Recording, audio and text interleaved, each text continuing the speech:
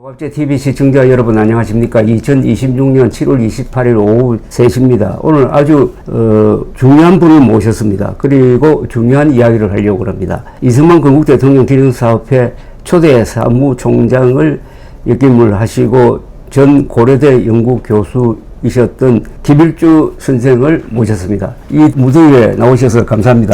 감사합니다.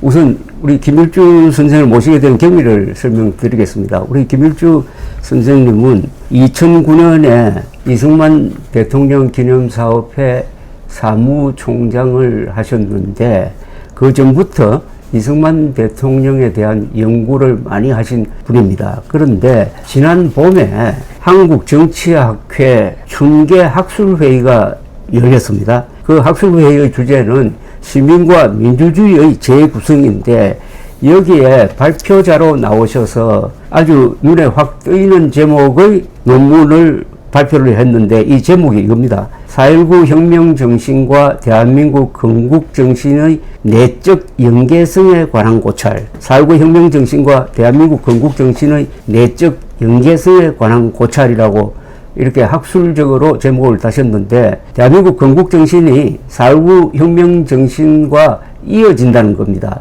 말하자면 정합 관계에 있다는 것이고 연결성이 있다는 것입니다.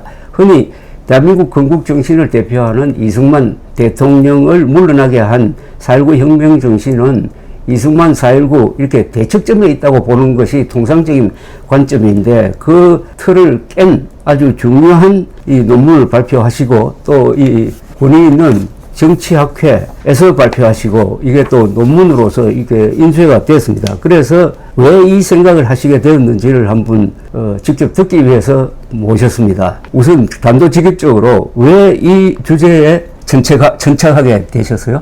예. 재헌헌법이 바로 건국정신인데 그 건국정신에 의해서 그 연장선상에서 4.19 혁명이 일어난 것이 아니겠습니까? 그렇다면 재헌헌법에 있는 건국정신은 어떻게 형성이 됐느냐 하고 추적해 가다 보니까 결국 재헌헌법의 건국정신은 이승만의 건국정신과 일치한다는 결론을 내게 됐습니다. 그래서 이걸 학술적으로 연결을 해보고자 하는 충동이 있고 그 생각이 있어서 이렇게 이 논문을 쓰게 됐습니다. 예. 그런데 이승만의 건국 정신은 그렇다 하더라도 왜 4.19 혁명 정신과 이렇게 대척점이 아니고 이어지는 관계라고 생각을 하셨어요? 그러니까 우리의 재헌헌법의 핵심을 보면 민본주의, 공화주의, 민주주의 그리고 국민의 저항권, 다시 말하면 주권재민의 원칙 이런 연원이 나옵니다. 그렇다면 그 4.19 혁명이 일어나게 된 배경이 바로 주권재민의 원칙에 충실한 학생들과 시민들의 혁명이거든요. 그렇다면 이걸 연결하지 않고 무리하게 4.19와 이승만은 반대편이다. 이렇게 하는 것은 논리적으로 옳지 않다는 판단을 했습니다.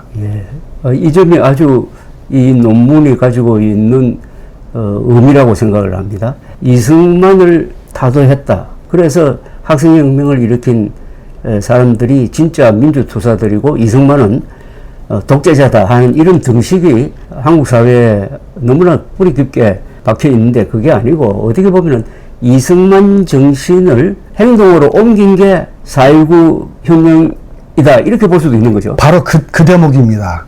그래서 그것을 계속적으로 연구를 해서 그 증거를 찾고자 사상적 연원을 찾고자 그렇게 해서 이 논문을 쓰게 된 겁니다. 자, 그러면 우선 우리나라 건국과 재헌헌법을 만드는 이야기부터 시작을 해야 되는데 우리가 며칠 전에 7월 17일 재헌절을 보냈습니다. 이번 재헌절은 특이했습니다. 한 10여 년 동안 우리 재헌절은 공휴일이 아닌 상태로 어떻게 보면 좀 푸대접을 받았어요. 그죠? 이번, 그런데, 재헌절은 공휴일이 되었습니다. 그러니까 4대 경축일로 다시 돌아온 겁니다. 그렇습니다. 그런데 이 경축일 중에 성격이 이제 3.1 운동, 그 다음에 이제 8.15 해방절, 7.17 재헌절, 8.15, 그 다음에 개천절로 이어지는데, 대한민국의 건국을 상징하는 명절이 8.15. 8.15는 두 가지 뜻인데, 해방된 날이고, 그다음에 건국. 그 3년 뒤에 정부가 수립된 예. 날이고, 그다음에 7월 17일은 헌법을 만든 날인데, 최근에 와가지고 몇 년 동안 대통령들이 8.15를 기념을 하면서 8.16 해방 기념일로만 기념을 하고 정부 수립일로는 기념 안 하는 거예요. 예. 그래서 건국을 기념하는 날이 없어지고 말았습니다. 사실상 없어지고 말았어요. 그렇습니다. 이건 8.15 경축일은 원래 이게 건국 기념일로 만든 겁니다. 예. 그런데 이게 왜곡이 됐습니다. 그러다 보니까 그러면은 대한민국 건국은 어디서 유래되었느냐 찾아보면 이제 제헌절이 유일하게 남은 거예요. 그렇습니다. 그래서 이게 제헌절이 헌법을 만들고 그 헌법이 정부 수립을 했으니까 사실은 이게 건국기념일로 봐도 됩니다. 예. 그런 점에서 이번 7월 17일이 아주 중요한 해였다는 것을 전제로 하고, 자, 그러면 우리 건국 과정은 1950년으로 들어가면은 그때 이제 국회를 구성하기 위한 총선이 있습니다.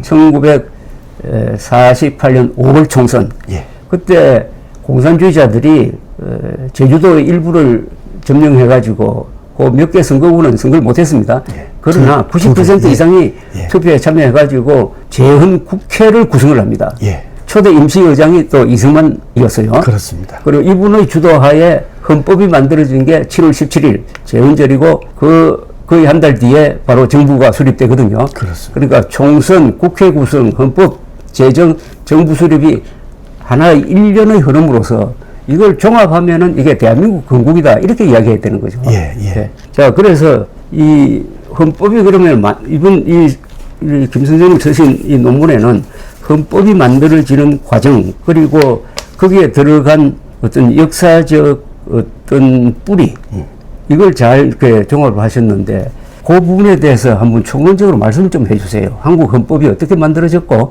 거기에 어떤 요소가 들어갔는지. 예. 재헌헌법 기초위원회라고 처음에 이제 시작이 됐지 않습니까? 거기 이제 유진호, 권승열 등등 몇 사람 있는데, 제가 이 연구를 하면서 통탄에 맞이 아니하는 것은 이승만의 재헌헌법에 대한 엄청난 어찌 보면 집착이죠. 미국식 민주주의를 이 땅에 이식하고자 하는 그 피나는 노력이 있었는데요. 그도 그럴 것이 이승만은 어찌 보면 정신은 미국 사람입니다. 미국 의회 가서도 그런 비슷한 얘기를 한번 한 적도 있죠. 나는 학사, 석사, 박사 다 받지 않습니까? 그래서 미국의 자유평등 여러 가지 가치를 공부한 사람이고, 그런 면에서 나는 미국 사람이라고도 할 수가 있다라고 아마 어떤 기록이 아마 나와 있을 겁니다. 그래서 그렇게 몸부림치면서 헌법을 만들려고 이승만은 노력을 했고, 그것이 팩트인데, 희한하게 재헌헌법 하면 현민 유지로만 생각하는 사람들이 많습니다. 헌법을 기초한 사람으로서. 예, 그건 어림없는 얘기입니다. 제가 그렇죠. 보니까 현민보다도 권승열이라는 분이 있습니다. 그분이 그 뒤에 본부장관 하신 분이죠? 예, 대단하신 분인데 일본 중앙대학을 나오셨고 헌법기초위원회 위원하셨고, 그리고 건국되어서 초대 법무부 차관, 2대 법무부 장관, 그 다음에 초대 검찰총장까지 하신 분인데요. 이분이 조선 변호사 시험도 합격을 하시고, 그래서 미 군정청부터 이 헌법에 대해서, 법률에 대해서 그렇게 기여를 많이 하신 분이에요. 그러니까 실제로 보니까 대한민국 재헌헌법은 현민보다도 권승열과 이승만의 합작품이라고 그런 거 하는 것이, 보십니까? 예. 그래서 저는 제 현민 선생은 계보를 따지면 제 은사님이시기도 하시죠. 제가 고려대학교 나왔던 분이 제 2대, 4대까지 이제 총장하셨으니까요. 그렇죠. 그런데 이게 너무나 이 재헌헌법에 대해서 왜곡되고, 그 이승만을 독재를 했다 해가지고 악마화하는데, 어찌 보면 가장 기여를 한 분이 현민 선생이라는 것을 알고, 야, 이거 이래가지고는 안 되겠다 하고 더 조사하고 연구를 해봤습니다. 결론적으로 말하면 재헌헌법은 이승만의 작품입니다.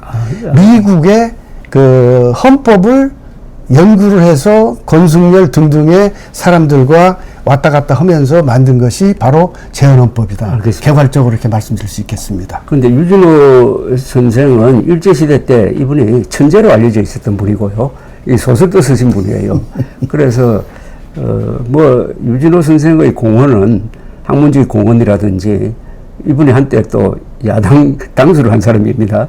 그래서 이분이 이용된 면은 있을지 모르지만 이분이 악의를 가지고 그런 헌법을 만들었다고는 생각하지 않고, 자, 그런데 새로운 이제 관점을 제시를 하셨는데, 권성열, 이승만 이 일종의 팀이 돼가지고 재헌헌법을 만들었다, 이렇게 볼 수가 있습니까? 그럼요. 저는 확신합니다. 그걸 뒷받침하는 기록이 기록 많습니다. 그게 많습니까? 1970년에 그 권순열 선생이 쓴 헌법 제공 회고록이라는 거 있어요. 있습니까? 일조각에 그거 있습니다. 아주 중요한 자료. 중요한 자료입니다. 그거 그거 보면 명명백백하게 나와 있는데, 희한하게 같은 일조각에서 나온 현민 선생의 그 회고록은 그냥 인기가 많아가지고 많이 팔리는데, 그렇겠네. 이 양반 것은 숨어져 버리고 없어요. 알겠습니다. 그걸 발굴을 해서 본 겁니다. 권성열과 유진호 두 사람의 헌법에 대한 생각의 차이를 좀 설명해 주세요. 그러니까 유진호 선생은 바이말 헌법 쪽입니다. 내각제 쪽이고요. 그러나 권순열 선생은 이승만과 의견이 완전 일치합니다. 그랬어요. 대통령 중심제, 상권 분리, 위헌법률 심사권 이런 거 그대로 받았습니다. 그러니까 국민기본권에 대해서는 어떤 생각하세요? 자유평등, 오히려 그것은 유진호가 더 앞설 수도 있어요. 사회주의 그런 생각으로서는. 그러나 남북이 대치된 상황 속에서 너무나 그렇게 되면 대통령이 행정부가 힘을 얻을 수가 없다. 그렇게 권순열 선생은 생각을 했습니다. 예. 나중에 그렇다면은 예. 권성열, 이승만 대통령이 동의한 것은 일종의 공화주의에 대한 확신이 강했다. 그렇습니다. 이렇게 볼 수 있겠네요. 그렇습니다. 네. 그렇습니다. 예. 우리 그 헌법 연원하거든 게 3.1운동 해서 임정의 그 생각, 그걸 그대로 또 받들기도 했습니다. 권순열 선생이요. 예. 권성열 선생은 그러면 헌법 제정 토의를 할 때 줄기차게 대통령 중심제를 주장했습니까? 처음부터 그랬습니다. 처음부터 그렇게 했습니다. 그리고 이분은 더 참 기가 막힌 게 조선 변호사 시험 합격하고 또 일본에서 공부를 했지 않습니까? 중앙대학, 주호대학이라고 그러더라고요. 예. 그런데 그게 그 3.1운동에서 임정의 법률이나 이런 걸 엄청 연구를 하셨더라고요. 그렇군요. 예. 그래가지고 그 기반에서 가야 되고 이것이 이승만과 딱 맞아 떨어졌습니다. 그래서 임시정부 헌법이 이미 대통령 중심제로 그럼요. 그렇습니다. 예. 공화주의에 기반했다. 그렇죠. 민주주의, 공화주의, 민주공화국. 민주공화국이죠. 그런데 우리나라에서는 보통 민주주의를 강조하고 공화주의를 잇는 경우가 많은데 이승만 대통령은 자신을 뭐라고 불렀느냐 하면은 나는 제퍼슨식 공화주의자라고 했습니다. 토마스 제퍼슨이 미국 헌법을 기초하고 미국 헌법 정신을 만들고 건국 정신을 만든 사람으로 유명한데, 이분이 강조한 것은 이게 공화국이 좋기는 좋은데 공화국을 만들어 놓으면은 이걸 운영하는 국민들이 수준이 올라가야 된다. 그러려면 교육을 해야 된다. 가끔은 또 시행착오도 해야 된다. 이렇게 함으로써 이 공화국이 어떻게 움직일 수 있느냐를 고민한 사람이거든요. 그래서 이승만 대통령이 자신을 제퍼슨주의자라고 한 것은 바로 그 공화주의 정신에 대한 어떤 존중심을 그렇게 대표한 것으로 보이는데, 그게 바로 헌법 제정에 들어갔다는 거죠. 그렇습니다. 근데 이승만이 공화주의를 강조한 것은 제퍼슨식 그것도 물론 있습니다만 회장님 더 큰 이유가 있습니다. 왕정 복권은 안 된다는 겁니다. 그거 강하군요. 굉장히 그걸 강조해서. 그걸 강조합니까? 강조하면서 공화주의로 가야 된다는 얘기입니다. 자기도 전주시지만 절대로 옛날에 고종이나 순종이나 과거 이시조선으로 가면 나라 망하고 영국식이나 이런 식으로 왕정제대가 존재하고. 그런 발언을 합니까? 그런 발언은 안 하지만 이승만의 공화주의는 더 깊은 왕정복구 안 된다는 얘기를 했습니다. 그런데 이게 그럼 왜 유진호식으로, 그러니까 내각 책임제 중심으로 헌법 초안이 만들어진 거죠? 유진호식, 그러니까 초안이 만들어졌지만 안 되니까 이승만이 반대를 하니까 반대하는 거죠. 권순열이 아니 상대방 그 카운터파트로 또 올라오니까 권순열 안을 이승만이 지지를 하게 되는 겁니다. 이게 철회하게 된 겁니다. 대세를. 원래 현민 선생의 스타일이 그래요. 근데 그때 이승만 대통령이 굉장히 강하게 비판했거든요. 미국식 미호로 대통령제를. 그러면은 권성열 선생이 내각제는 안 된다고 주장한 배경은 뭡니까? 남북한이 대치되고 있지 않냐 이거예요. 아, 예. 그리고? 예. 현재 어쨌든 갈라져 있지 않느냐. 그럼 강한 리더십이 필요하다. 강력한 리더십이 필요하기 때문에 그래서 그 권순열 씨가 이게 뭐라고 그랬냐면요. 여기 딱 띄어놨는데 우리 헌법은 김인현 독립정신의 법통을 이어받아야 하며 국가 건설 초기에는 강력한 지도력이 필수적이요. 이렇게 선언을 합니다. 알겠습니다. 예. 분단 현실을 예. 헌법에 집어넣었다 이거죠. 예, 그러니까 그렇습니다. 발바르 공화국은 안 된다. 1차 세계대전 끝난 다음에 이제 독일에서 만든 아주 이상적인 법이었는데 이 맹점이 민주주의를 부수려고 하는 사람들에 대한 방어 기제가 없어가지고 예. 히틀러의 등장을 허용했다 이런 반성이 있는 거거든요. 그렇습니다. 예. 그렇습니다. 그러면은 구체적으로 따져가지고 우리 헌법 제정이라고 그럴까. 헌법 제정이 바로 건국 정신이라고 볼 수 있는데 그 건국 정신에 들어간 여러 가지 그 어떤 요소를 한번 설명을 해주시면 좋겠네요. 예. 그게 바로 우리 그 재헌 헌법에 들어가 있는 그것이 우리의 건국 정신인데 그 재헌 헌법에는 이승만의 건국 정신이 그대로 녹아 있다는 그런 얘기고 그러면 구체적으로 우리 재헌 헌법에 있는 건국 정신은 뭐냐? 그건 아까도 조금 말씀드렸습니다만은 그것은 민주주의, 공화주의, 그 다음에 민본주의가 있지 않습니까? 백성이 하늘이다, 백성이 나라의 기본이다라는 거, 민본주의. 그리고 거기에다가 남북통일 정신, 그 다음에 세계 국제 평화 이런 거, 이것이 우리의 건국 정신이고요.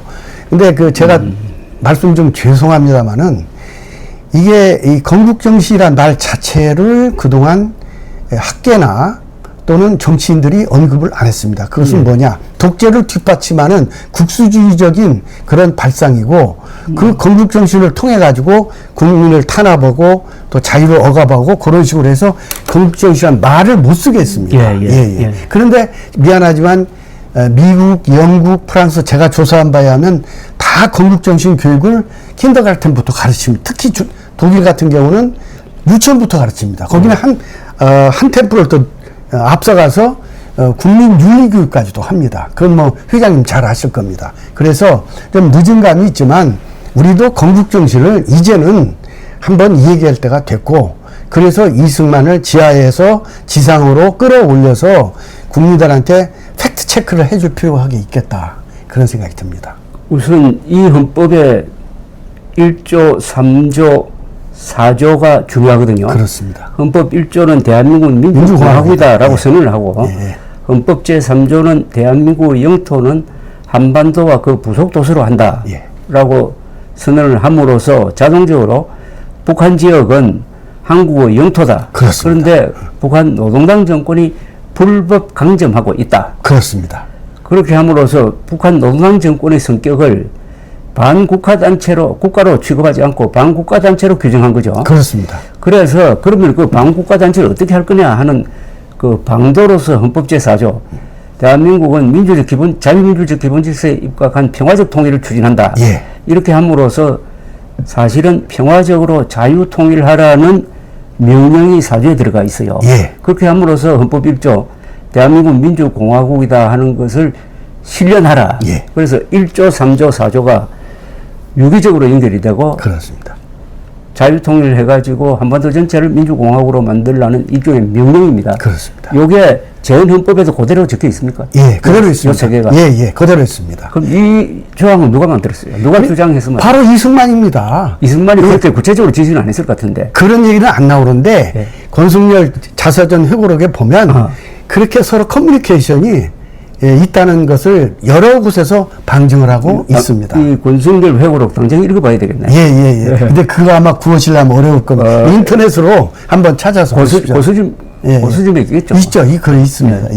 그래서 우리나라 1970년도는 1조각에서 나온 겁니다. 그래서 1조, 3조, 4조가 굉장히 중요한 게 북한을 일단 대한민국의 일부로 북한 지역을 인정하고 북한 노동당 정권을 불법단체로 규정하고 그러니까 자유통일로 나아갈 때는 반드시 북한 노동당을 제거해야 된다는 이 명령이 생긴 거예요. 그렇습니다. 그럼 지금까지도 계속되고 있고 하는 건데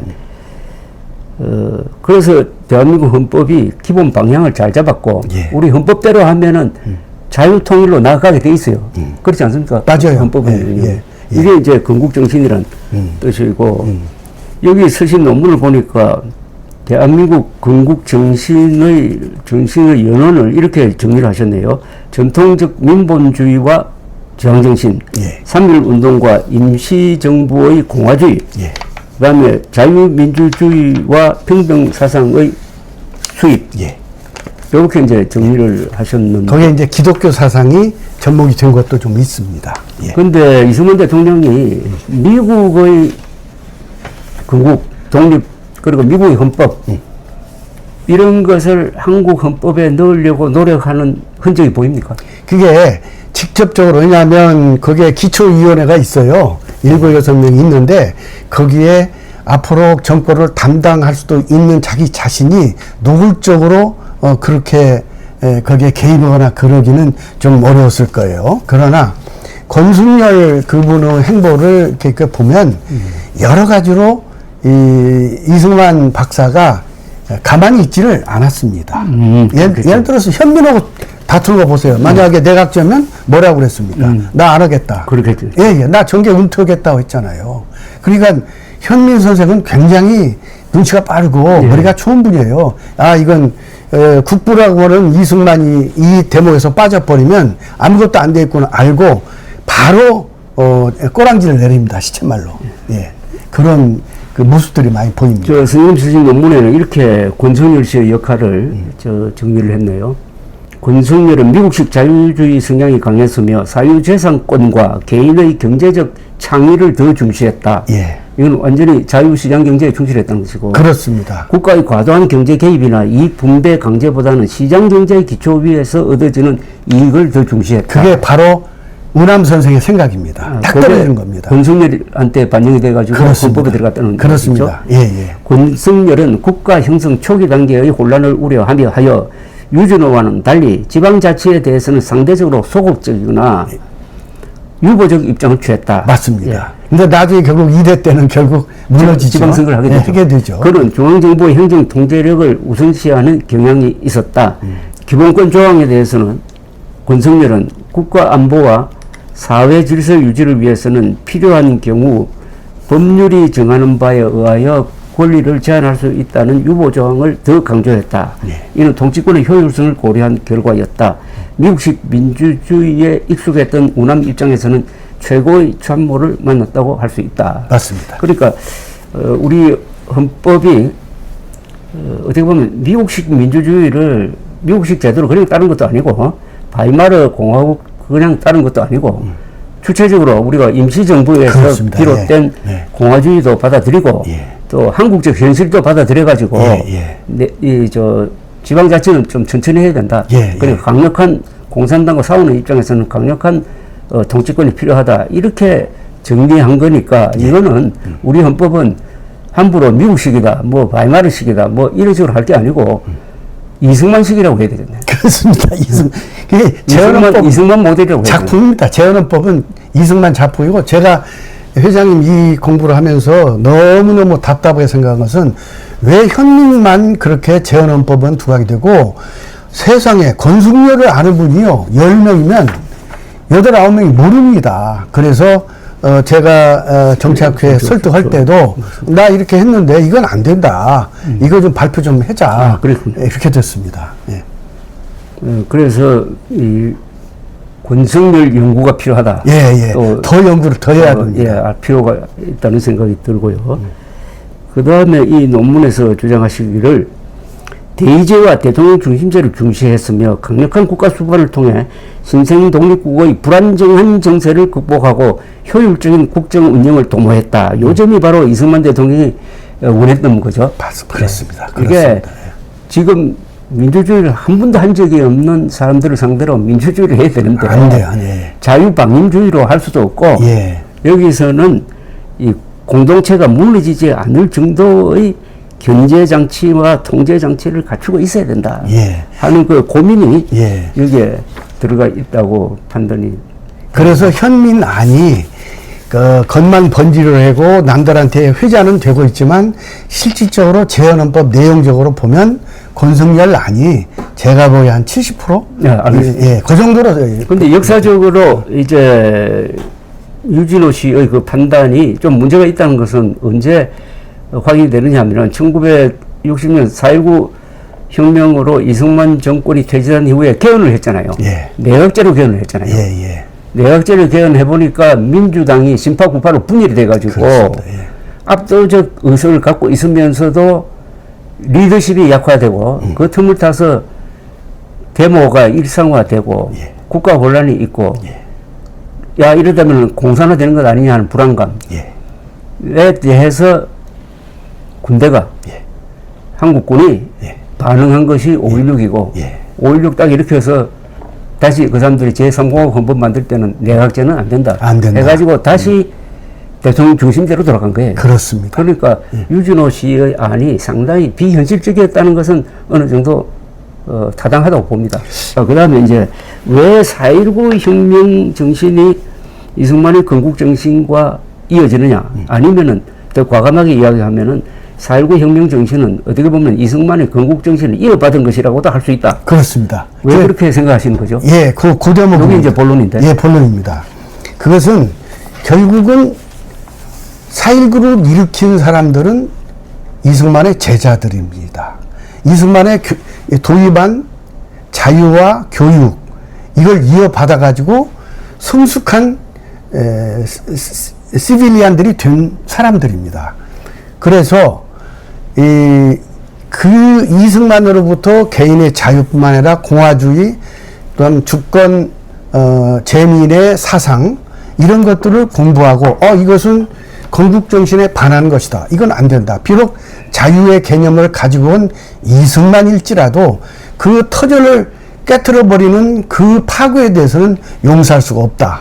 이게 이제 4.19 혁명의 동력이 되었던 것이죠. 그래서 저는 충실한 이승만의 제자들이 그 이승만이 행동으로 결여된 그것은 옳지 않다라고 반기를 든 것이 저는 4.19라고 생각하고 이것을 깨달은 이승만은 흔쾌하게 밀려난 것이 아니라 자기가 스스로 하야를 한 것.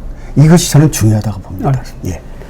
그러니까 4.19 혁명은 이승만의 교육에서 비롯된 것이다. 예, 그렇습니다. 이승만이 가르쳤던 민주주의 교육을 배운 제대로, 예. 학생들이 그 민주주의를 파괴한다고 보여지는 이승만 정권을 타도하기 위해서 일어난 것이다. 옳습니다. 뭐 이렇게 해석을 하는 것이고 또 이승만 대통령 자신도 4.19 혁명이나 이런 게 일어나기 전까지는 3.15 부정선거에 대해서 그 진상을 잘 몰랐어요. 예. 이분이 그때 연로하셔가지고 예.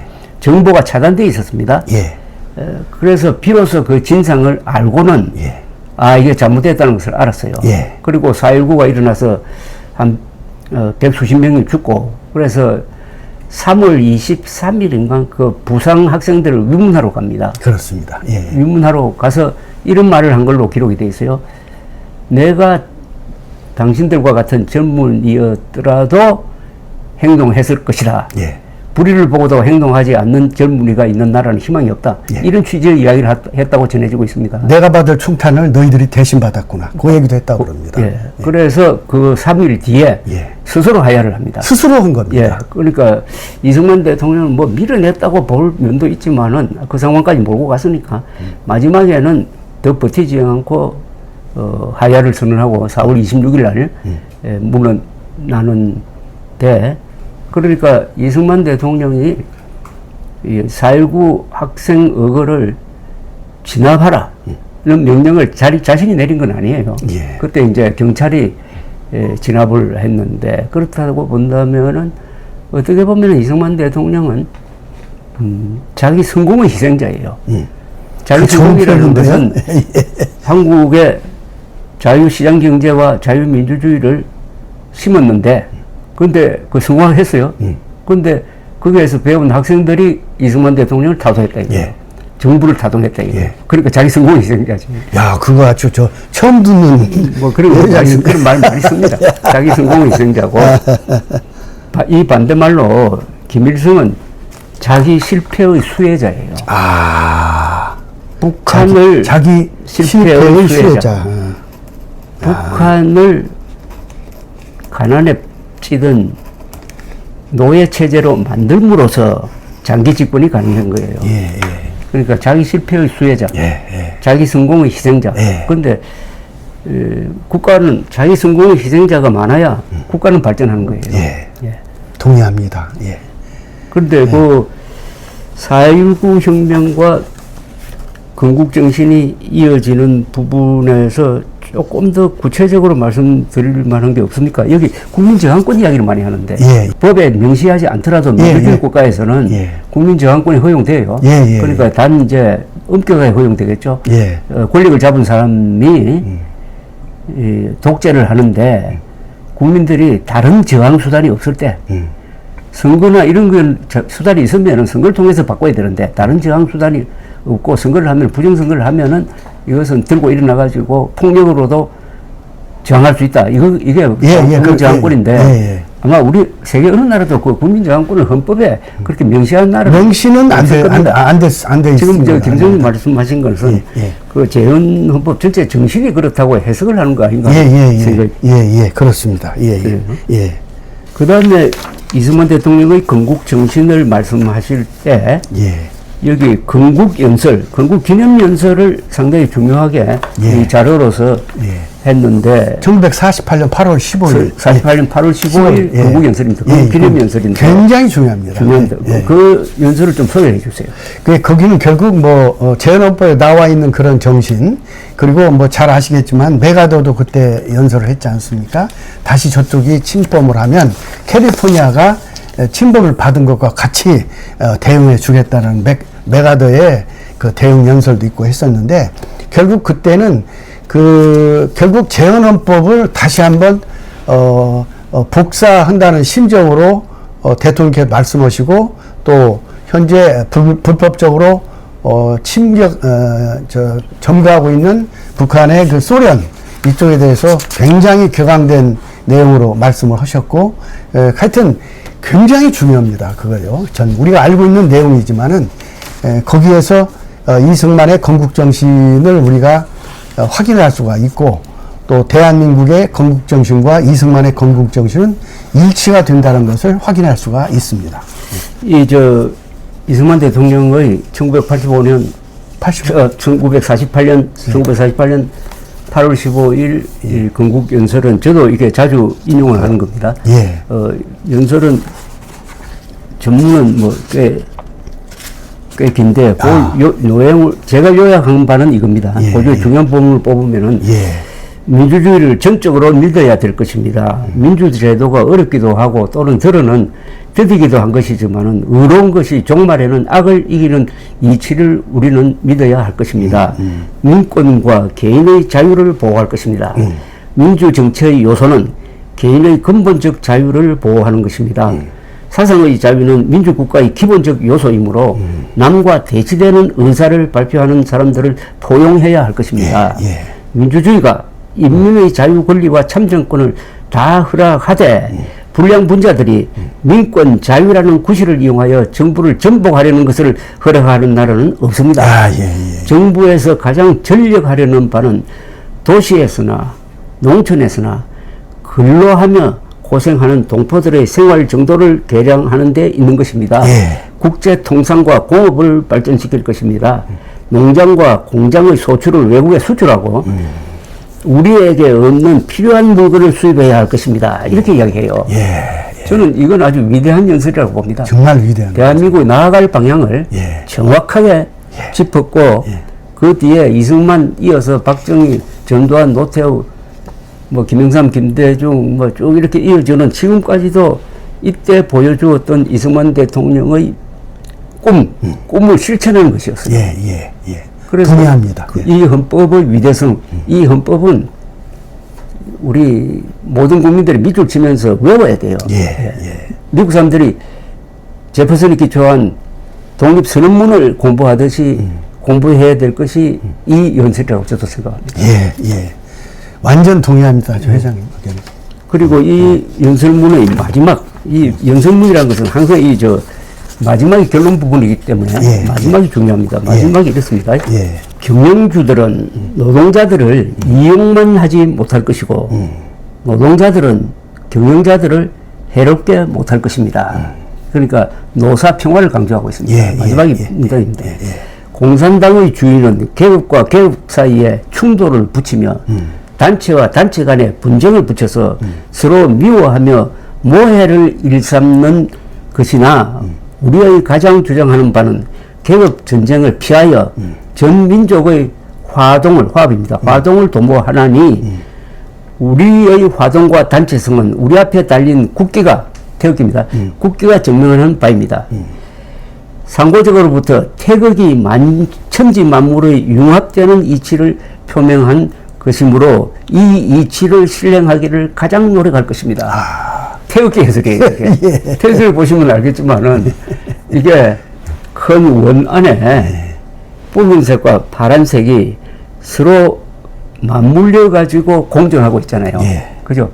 어느 것도 이렇게 배척하지 않고 그러니까 상반되는 생각을 국가라는 큰 원 안에서 공존하게 만들려면은 계급 갈등을 이게 선동하는 이 계급 투쟁론자들은 안 된다는 이야기거든요. 예. 결국 그 4.19 그 아까 이승만 대통령께서 몰랐다는 그 증거, 그러니까 그것이 부정선거가 몰랐다는 여러 가지 방증들이 좀 나오지 않습니까? 그러니까 3.15 부정선거 있고, 4.19 전에, 뭐 시끄럽게 이렇게 하고 있을 때, 국무회의를 할 때, 뭐 여러 가지 이상 소리가 들리는데, 그건 뭐야? 그러니까 뭐 다 이상 없습니다. 이렇게 얘기를 했다는 그거 증거 있고, 또 하나는 하야오식을 위화장이 왔을 때, 뭐 회장님 정도면 이 정보는 알고 계실 거예요. 장개석으로부터 유로 전문이 왔어요. 그러니까 그 뭐라고 답변을 했냐면 나는 당신한테 유로 받을 이유가 하나도 없어. 나라를 생각하고 그리고 똘똘한 우리 청년들이 있는 한 대한민국은 영원할 것이요. 이렇게 전문을 장개석이한테 보냈어요. 그 자료가 있습니까? 예, 이인수 박사님한테 제가 직접 들었고 그리고 그 쓴 사람 이름이 있습니다. 옆에서 받아 적은 사람이 있습니다. 예. 그런 거 볼 때, 3.15 부정선거는 이승만 대통령이 몰랐다는 것은 거의 확실합니다. 그런데 몰랐다는 것은 그렇다고 해서 면책되는 건 아니고요. 모르겠다는 거죠. 예, 모르겠다는 것하고 통하는 거죠. 그리고 우리 김 선생님께서 쓰신 그 요점 중에서 상당히 눈여겨볼 것은 4.19 혁명 정신의 의미가 국가가 위기에 처했을 때 국민들이 들고 일어나 가지고 불의에 항의함으로써 그 위기를 극복한다. 예. 위기 극복으로 보았더라고요. 예. 일종의 주권재민의 원칙이기도 하는 거고요. 그래서 그것이 이제 건국이 일종의 그 형식의 틀을 만들었다면 4.19 혁명은 실질적인 내용으로 채웠다는 그런 의미도 좀 있는 것입니다. 그래서 일부는 4.19를 또 폄하하면서 그 후에 그 지도자들이 전부 다 군부 정권의 그 휘하로 들어가서 장관도 하고 먹고 한 사람들 많이 있지 않습니까? 그래서 좀 폄하하는 사람도 있으나 그러나 저는 그렇게 보지를 않습니다. 4.19 선배님들이 목숨을 바쳐서 이 지킨 자유민주주의 그리고 자유 이런 걸 볼 때 그건 우리 대한민국이 존재하는 한 귀감으로 우리가 받아들여야 된다 이렇게 생각을 합니다. 이 4.19 혁명을 이제 주도했던 분들이 이제 나이가 80대 후반이에요. 80대 후반으로 이제 넘어가고 있는데 그분들이 이승만 대통령 묘소를 참배하고 한 적이 있었죠 아마. 이영일 의원 그 핵심 서울대 정치학과 출신 그분들이 돌아가시기 전에 이승만 대통령에 대한 정당한 평가를 해주면 좋죠. 그리고 여기 우리 김 선생이 쓰신 논문의 앞부분에 나오는 이 말, 건국과 4.19는 상호 보완적 관계가 있다. 건국이 민주주의를 위한 형식적 틀을 만들었다면 4.19는 그 틀 안에 실질적 내용을 채워넣은 것이다. 예. 건국 당시 이승만 주도로 제정된 재헌헌법은 그 자체가 건국 정신이었으며 이승만이 가고자 했던 국가의 방향이었다. 예. 근데 그 방향대로 안 가니까 예. 이승만의 민주주의 교육을 받은 젊은이들이 들고 일어나가지고 이승만 대통령을 물러나게 하고 다시 대한민국을 위기에서 구했다. 이런 건 아니겠습니까? 그런 주장입니다. 그래서 예. 이승만의 건국 정신을 실천한 사람들이 4.19 혁명 세대다. 이승만의 제자들입니다. 그렇죠. 예. 예. 이승만의 제자고 아무리 제자라도 스승이 잘못할 때는 잘못한다고 해야지 그래. 무조건 쫓아가면 안 되는데 예. 이 상당히 똘똘한 제자들은 그 위대한 스승이 잘못하니까 들고 일어나가지고 막 몰아냈다는 표현을 쓰기는 좀 그렇고요. 물러나게 했다. 예, 그렇습니다. 이런 것 아니겠습니까? 그렇습니다. 예. 예, 예. 그 1시간 동안 김 선생하고 이야기를 하면서 딱 정리가 됩니다. 이승만의 건국 정신은 그 핵심이 공화주의고 또 민주적 기본 질서, 동시에 자유시장 경제, 자유민주주의, 국민의 기본권을 포괄하는 아주 잘된 건국 정신이고 그 건국 정신은 미국식이라고도 할 수도 없고 바이마르식도 아닌 이승만식 민주주의, 주체적 민주주의였고 그것이 실천되는 과정에서 집권자가 그 헌법 정신과 건국 정신에 반하는 행동을 할 때 이승만이라는 위대한 스승에 의해서 교육받은 젊은이들이 들고 일어나 가지고 그 스승을 밀어내고 또 그걸 그 스승이 아름답게 받아들이고 예.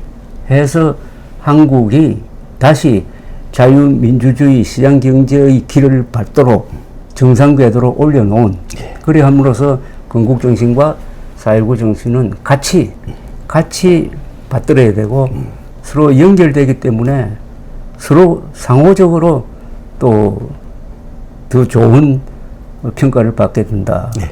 이 글자 그대로 상생이네, 상생. 예. 똑 떨어지는 결론이십니다. 건국정신과 예. 4.19 혁명정신. 건국정신과 4.19 혁명정신의 상생관계네요. 예, 상생. 예. 보완이 아니고 이건 상생관계. 예. 그렇게 정리를 하겠습니다. 예, 예. 감사합니다. 감사합니다. 아이고.